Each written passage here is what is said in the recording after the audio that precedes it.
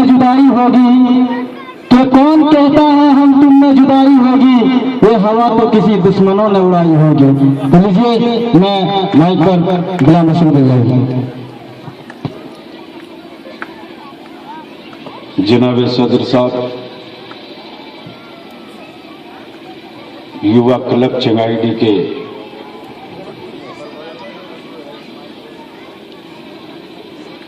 हमारे अजीज नौजवान, सबसे पहले मैं कौमी इत्तेहाद मोर्चा की तरफ से और अपनी तरफ से जो आपने इज्जत, मोहब्बत, प्यार, दुआएं दी और जो हिम्मत आपने बढ़ाई है, इसके लिए मैं आप सबका बहुत बहुत शुक्रगुजार हूं। हम सबों के बीच काबिल सद एहतराम अलहाज हाजी मोहम्मद हुसैन अंसारी साहब, महबूब गिरामी एहसान अंसारी साहब, भाई चिरागुद्दीन अंसारी साहब, भाई रियासत अंसारी साहब, आफ्ताब अंसारी साहब, अब्दुल रऊफ अंसारी साहब, इकराम साहब, अनावल साहब एडवोकेट, भाई खुर्शीद साहब, सिराजुद्दीन साहब, डॉक्टर अब्दुल मन्नान साहब, इमामुद्दीन साहब, इमरान अंसारी साहब, मौलाना अब्दुल रकीब रहमानी,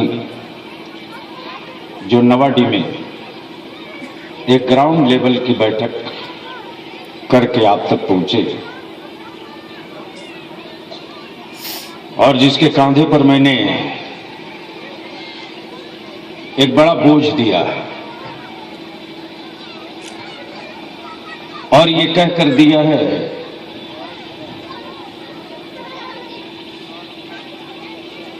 कि बने खेत में फसलें उगाना सबको आता है, बंजर मिट्टी से खेती करना बड़ा मुश्किल होता है। आज इस मैदान में मैं भी कभी आया था,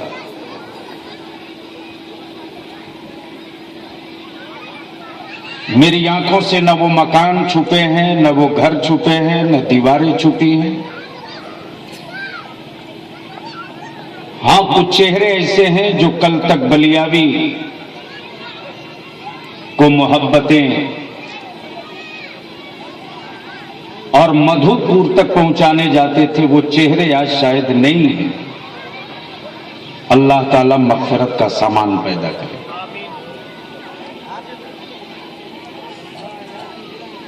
एक बार मुझको भी देखिए और एक बार जो जहां है वहीं से अपने पड़ोस में देखिए।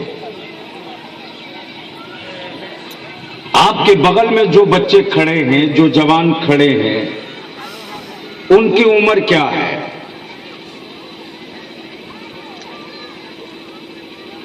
और एक नजर उठा लीजिए तो आपको यह एहसास होगा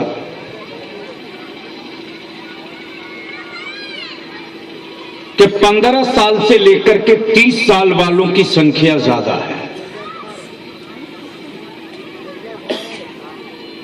लेकिन आज ये हमारे बच्चे किन हालात में हैं? Question number 1। क्वेश्चन नंबर 2, कब तक कटोरे लेकर भीख मांगोगे और किन के लिए मांगोगे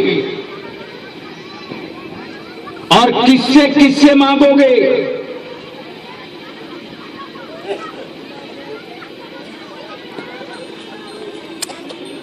मैंने महफूज अंसारी की बिरादरी और मसलक नहीं पूछा था।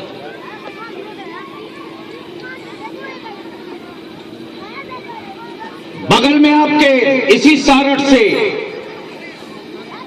साहब को में उतरा था तो गुंडों के खिलाफ बलियावी जब उतरा था मैदान में, तो मैंने अबू तालिब अंसारी से मसलक और बिरादरी नहीं पूछा था।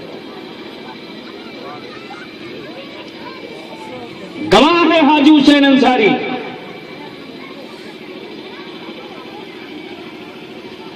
मैंने कभी मसलक और बिरादरी नहीं पूछा था। लेकिन किस कीड़े ने काटा है कि जिंदगी का मकसद भूल गए हो आप। और माफ करना, बलियावी आज खुद से चल के आया है, अपनी औलादों का दर्द लेकर नहीं आया है। बलियावी को यहां से राजनीति एमपी एमएलए की नहीं करनी है। मेरे अल्लाह ने इतनी बड़ी नेमत दी है हिंदुस्तान में कि ये नेमत शायद कभी कभी किसी किसी को मिला करती है। वो ये है कि हिंदुस्तान का कोई गांव ऐसा नहीं मिलेगा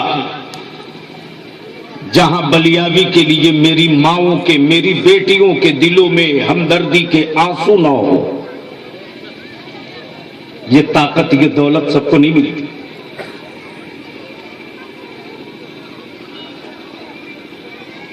क्या वजह है कि ये मेरी बेटियां आई हैं सड़क पर?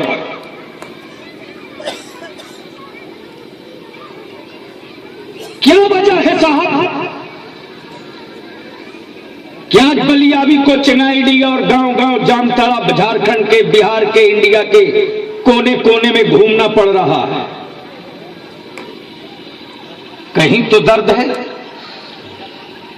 कहीं तो कसक है। इसी लातेहार के बालूमाथ में गाछ के टहनी में पेड़ में बांधकर मजलूम अंसारी को फांसी देकर मार दिया लोगों ने। वो मेरे खानदान का बेटा नहीं था,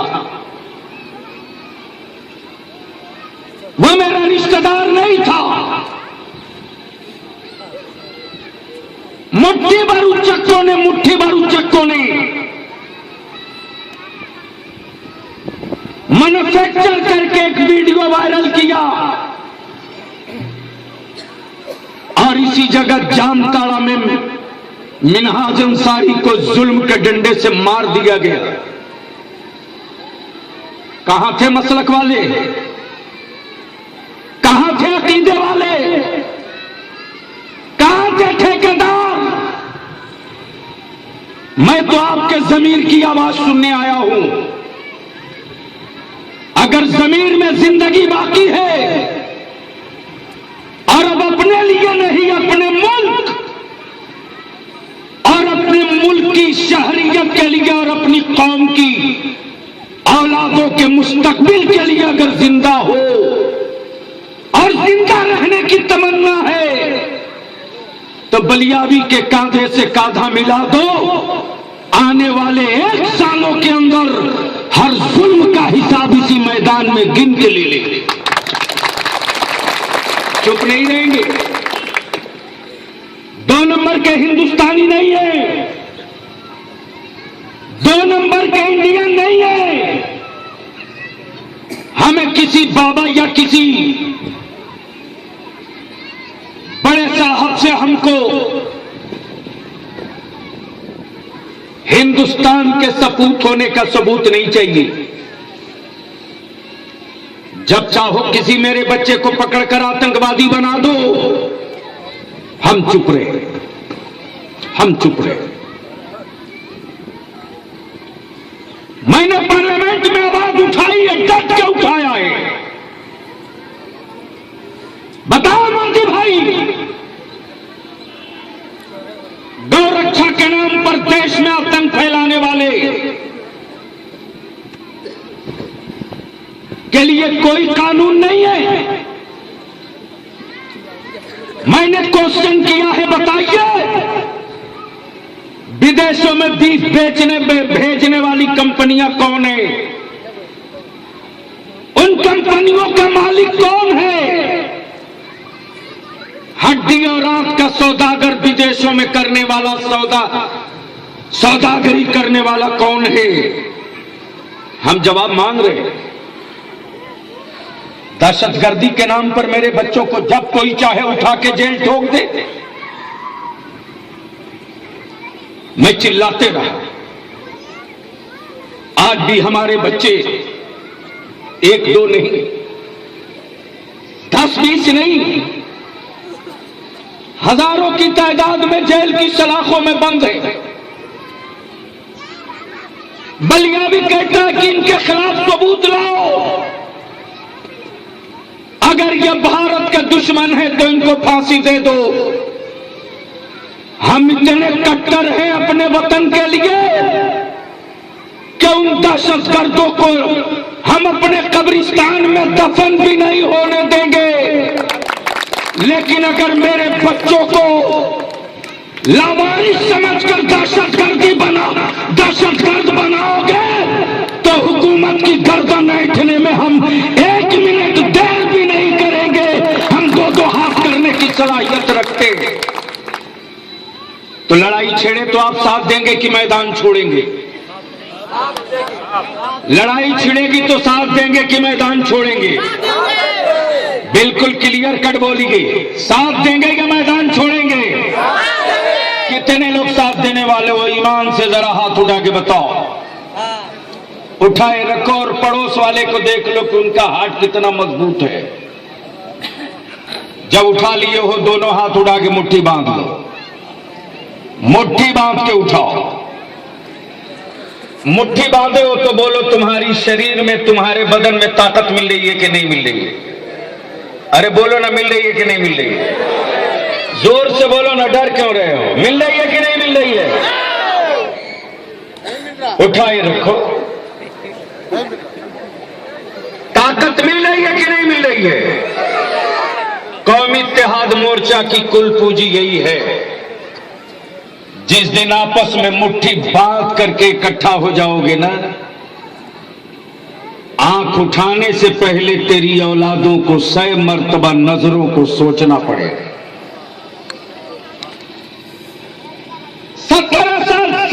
70 साल बीत गए इस देश को आजादी के।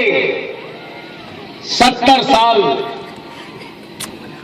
मैंने तो मांगा था हिसाब पार्लियामेंट में, आज भी मांग रहा हूं। लेकिन हैरत उन पर नहीं, हैरत सेकुलर कहलाने वाली पार्टियों पर है।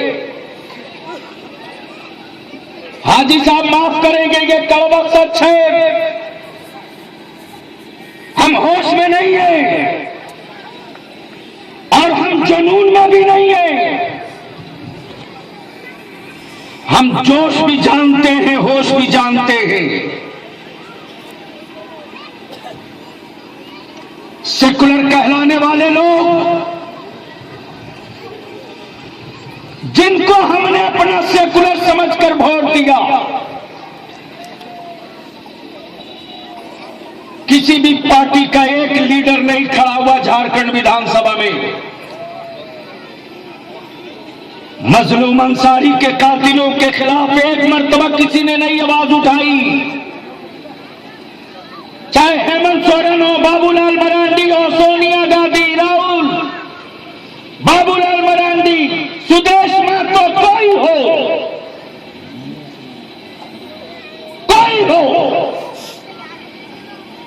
अगर एक निंदा प्रस्ताव भी लोग लाए होते तो मैं मानता कि मेरी कौम के उस मां के भीगे हुए आंचल को इसने सहारा दिया। एक आवाज नहीं उठी। मैं तो रोज चिल्ला रहा हूं और मैंने पार्लियामेंट में भी सीने ठोक के कहा था, मोदी जी 70 साल हो गए आतंकवाद से लड़ते हुए। आपने 56 इंच की छाती दिखाया था भारत को और आपने कहा था कि हमें एक मौका दे दो देशवासियों, अगर पाकिस्तान का आतंकवादी मेरे भारत का एक वीर जवान मारेगा तो मैं 10 आतंकवादियों को मार गिराऊंगा। मैंने उनसे जब मांग दिया मोदी जी हमको रिपोर्ट दो,